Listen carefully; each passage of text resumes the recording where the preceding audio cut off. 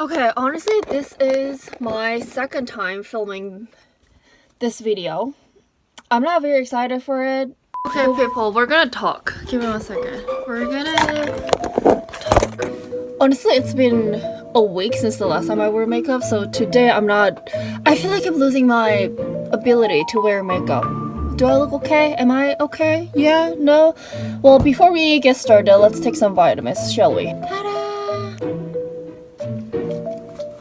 Coffee of the day!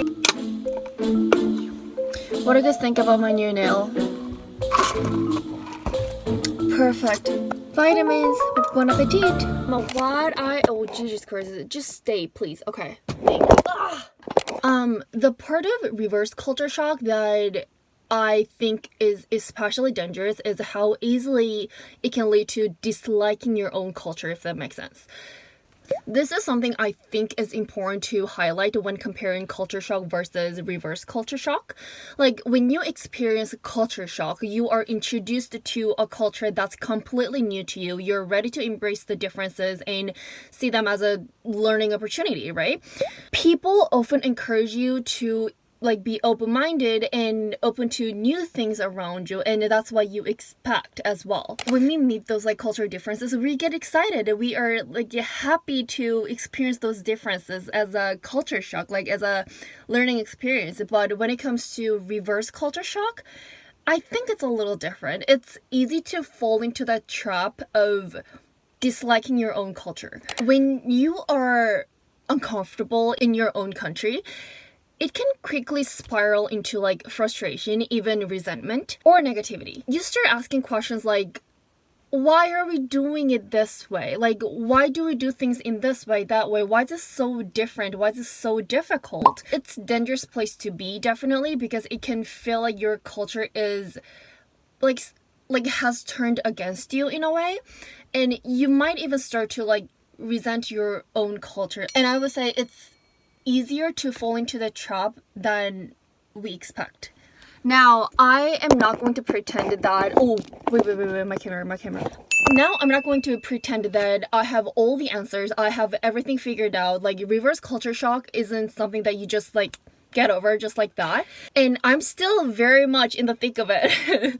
And maybe in a few months later, I'll come back to this topic and share some tips after gaining more insight on it, have more experience on how to deal with the reverse culture shock and how to overcome it. But at least right now, what I can share is, at first it was really hard for me to even just understand this concept, but don't try to cookie cutter yourself back into your past self. And it really helped me to tell myself that I don't have to fit into the mold that I once left. You don't have to stick to the same group or same environment that you had before you left. For example, before I left Korea, I had a group of friends that I'd always hang out with. I'd always text back and forth. But now I'm back, I've found a new group of people. I'm not trying to fit into the same mold that I once left. Instead, I embraced the way I've changed and the fact that I'm building a new space for myself. When we first moved abroad or when we moved to a new environment, you embraced the changes, right? And the new environment, you had to start over. Why not do the same thing now that you're back? You can start over. You can build a new environment for yourself. You can build a new friend group. You can find a new mold or build a new mold. Embrace the changes that had happened to you or that you made, and let yourself start fresh in a familiar environment. That's totally fine. To give you an example, when I first came back to Korea, I was transitioning my career from art history to clinical psychology, and I needed a clinical experience. So I took a job at a hospital where all of my colleagues were Korean. The work culture there was very Korean, which is expected, which is totally understandable. But for me, it was extremely hard to fit in. It was a difficult time, and completely honest, one I didn't want to relieve. I'm not talking about people I worked together. They were amazing people. Just the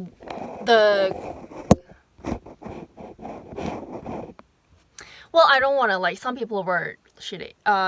But anyway, like, let's go back to what we were talking about. I think it felt even harder because I would have just, like, fitted in, or, like, made friends there if, like, before I left Korea. But now, after spending years in the States and, like, coming back to Korea, after spending, like, several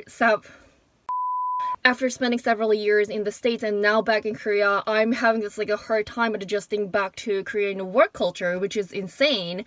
But then I quickly realized that this wasn't an environment for me anymore. Everyone was asking me about, like, American culture, like, as I mentioned earlier, and, like, everyone was just treating me as an American, which is not the case even. And that really made me feel like a foreigner in my own home country.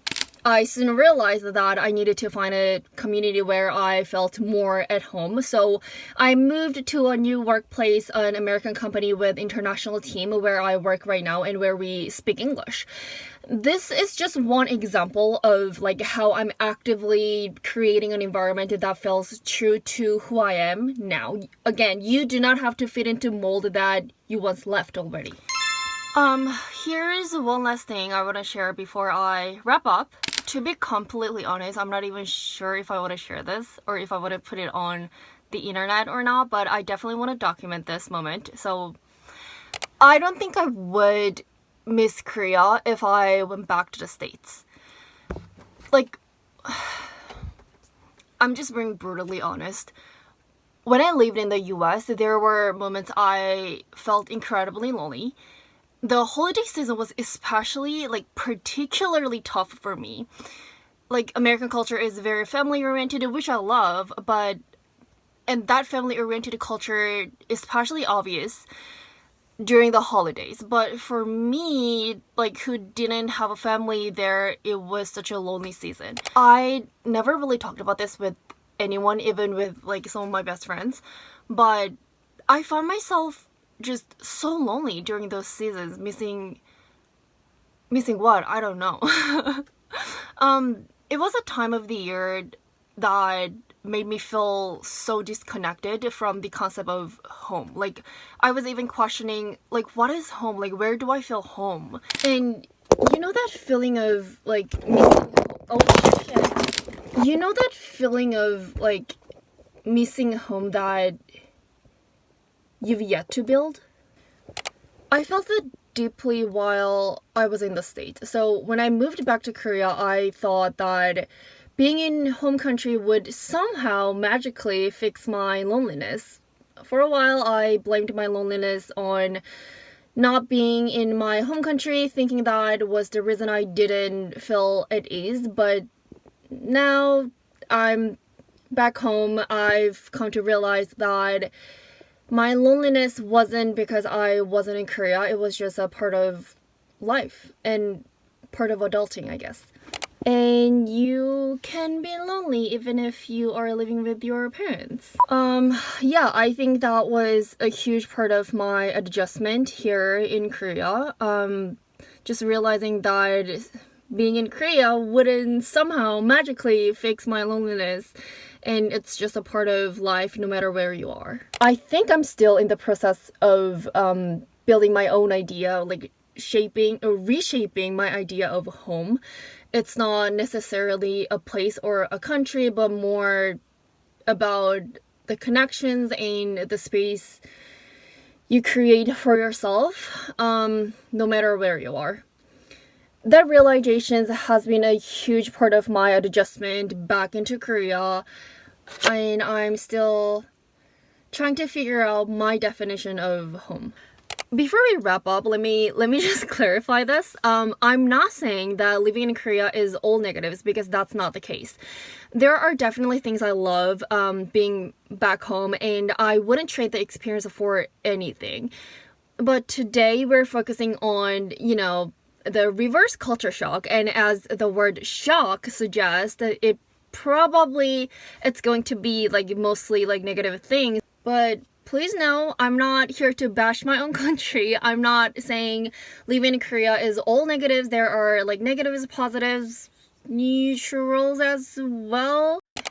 I'm just documenting what I'm experiencing right now, and I do want to share this with you guys because I'm pretty sure there are a lot of you guys experiencing reverse culture shock, and I would really appreciate it if you could share your own experience in the comment section. I guess this is a perk of subscribing really small content creator. I reply to all comments because there are not a lot. Okay, let me wrap up by saying reverse culture shock has been such an experience that's been both difficult and eye-opening. I think that's all I want to share. Bye guys! Now we're editing. Ugh.